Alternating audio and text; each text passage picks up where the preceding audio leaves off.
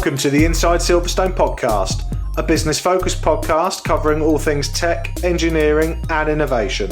Hosted by me, Chris Broome, a huge tech, motorsport and gaming fan, and also the owner of Longhurst, a firm of lifestyle financial planners and independent financial advisors located in Silverstone, Northamptonshire. This is a series of unscripted and unpolished conversations with leading business owners, thought leaders and high-tech talent where we discuss their experiences within the Silverstone business and motorsport region. We will also be asking them to share their knowledge, insight and their thoughts on the future just for you. If you're looking to learn more about the Silverstone high growth region and commercially connect with like-minded peers, you've definitely come to the right place. Welcome to Inside Silverstone.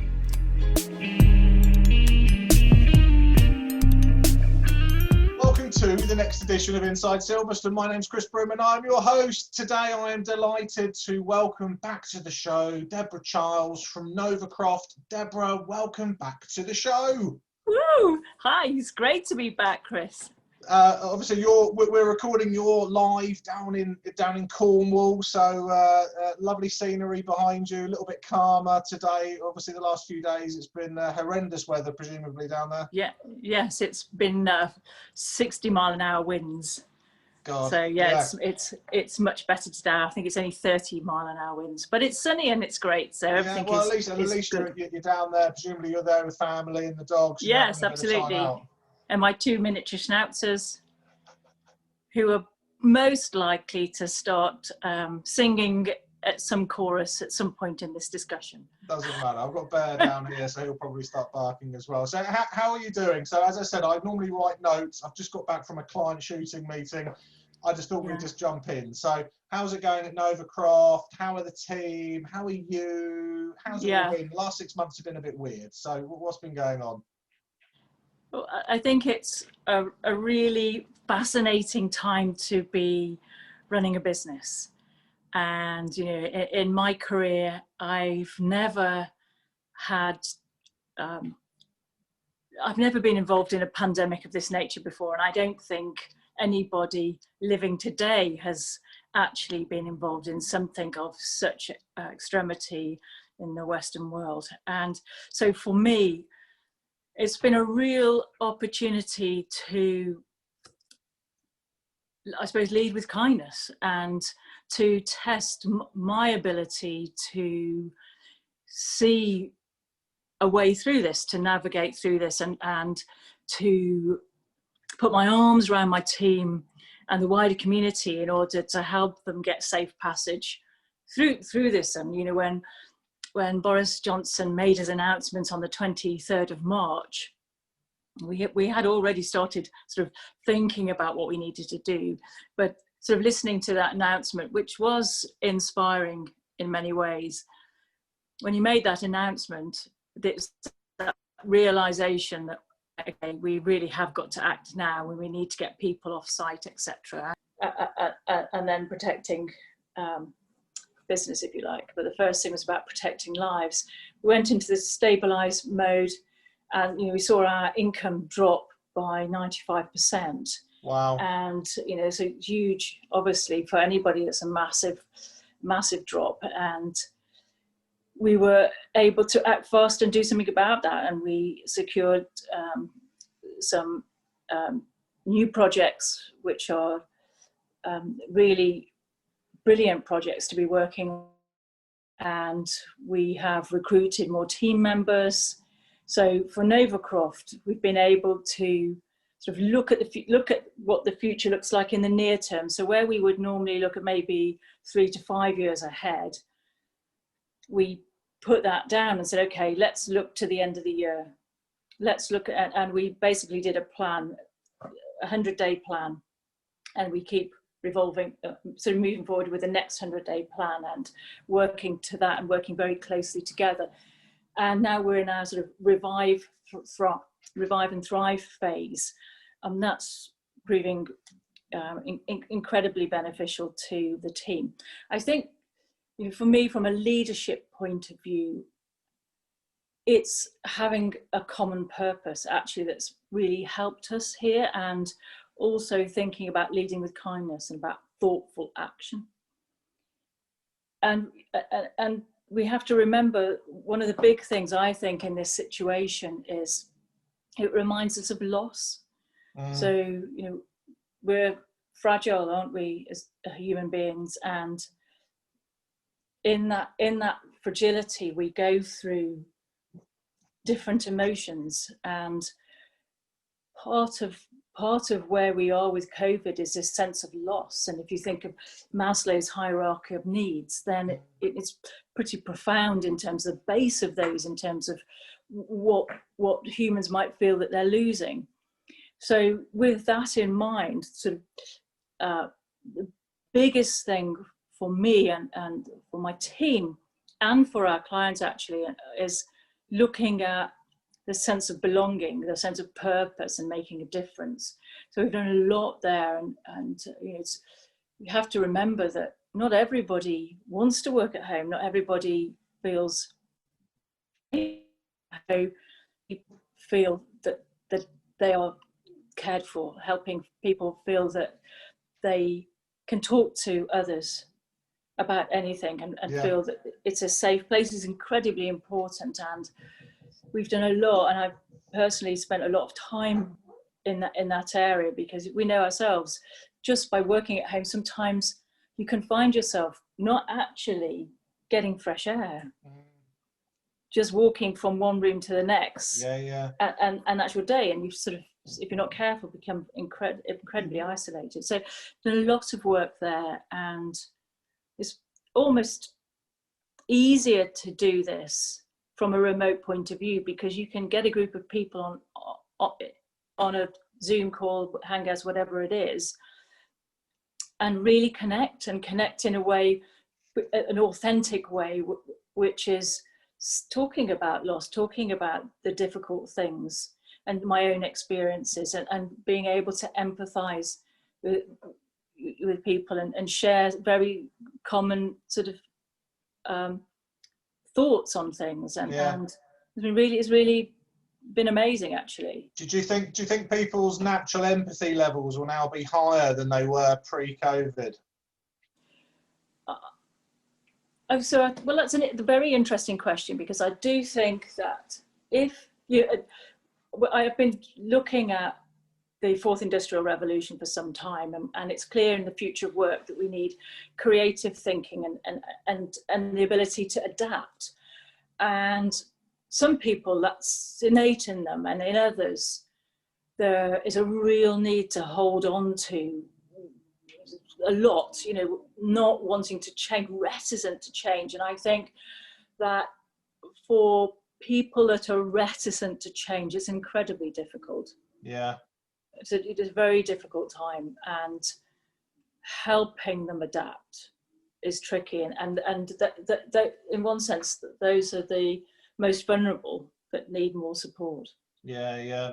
And with the Novacroft team, were you holding sort of weekly, fortnightly team meetings through Zoom where people can talk, and doing anything else to try and make things a bit more fun and a little less Groundhog Day? Yes, I've done a lot personally of connecting people on a weekly, fortnightly basis. Yeah. New recruits at the beginning through their graduation process, just connecting with them on a human level. Yeah. And then we might be doing sort of things about where we're at with performance, but the performance side of things becomes secondary to caring for them. And some of that means, unfortunately, a bit of tough love. Yes. You can't get away from that. We're recognizing that we all have to perform really effectively at this juncture, because we're laying growth, which is about cash flow, to see us through a longer period of time. So, we have to have people working effectively. And for me, helping people feel they belong, helping people feel they have a purpose and are making a difference, then pays dividends. Yes. Because the performance is delivered. So yes, it's been an interesting approach, really. I think it's fantastic to hear that revenue dropped 95%, and yet you brought on new projects, were creative and presumably finding new work and new projects, and then you've actually expanded and grown the team as a consequence. Yes. do you not think that isn't that a lot about holding your nerve? Because, yeah, absolutely. you know, I suppose in 22 years of running a business, you kind of, it's a bit like learning to ride a bike. You keep falling off, and the only way to become a really great cyclist is to get back on and learn, reflect and learn, and, you know, be made of steel, really. And there's in the journey of life, every catastrophe has an opportunity with it. Agreed. So couldn't agree any more with that. Yeah. And so for those listening and indeed watching this who haven't heard of Novacroft before, explain what you guys do. So what's Novacroft's bag? Okay, so Novacroft is a software service and customer care service organisation. We're founded on 3 pillars: people, on the basis there's something amazing in everybody. We just got to unleash that and bring the talent together on the basis some is greater than individual parts. It's about process. Simplification is the height of sophistication. So removing waste from organisations to enable them to perform better, and using technology to deliver some of that performance improvements. And notably, we worked in the energy sector, transport sector, and the charity sector. And in energy, we helped government with energy efficiency programs, and in transport for London, for instance, we were behind the back office systems and the concessionary program for the last 17 years. Wow. And we have a reach of across all our programs, about 32 million people. We have team members, we have about 450 team members now. And in the charity sector, one of our big remits in the charity sector is recognizing that actually they are the underbelly of the support for around the globe, and particularly in this country. You know, they represent about 1.25 million jobs. If they weren't here, they would have to be satisfied somewhere. They reduce the amount of people in hospital beds. They make a profound impact on society, and if we're not careful, they won't be here. So I see it as my responsibility and my team's, and through the charity forum that we started, to help organisations avoid closure and get fit to thrive.